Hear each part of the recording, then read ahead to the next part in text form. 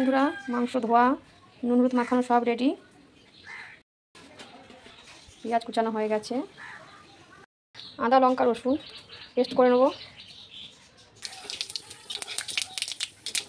জিরে তেজপাতা ফোড়ন দিয়ে পেঁয়াজ ছেড়ে দিয়েছি। পেঁয়াজটা একটু লাল করে ভাজা হলে মাংসটা দিয়ে দেবো, দিয়ে নিয়ে মশলা দিয়ে দেবো।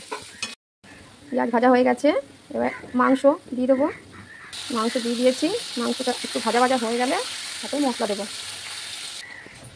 মাংস ভাজা ভাজা হয়ে এসেছে, একটু মশলাটা দিয়ে দেবো। মশলা দিয়ে দিয়েছিলাম, কষানো হচ্ছে।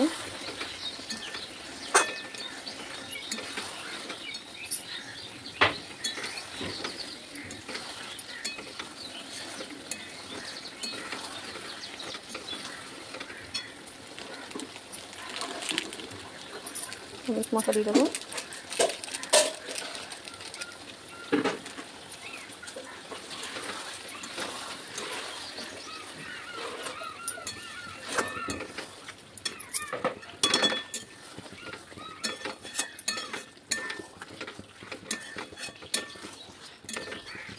কষানো হয়ে গেলে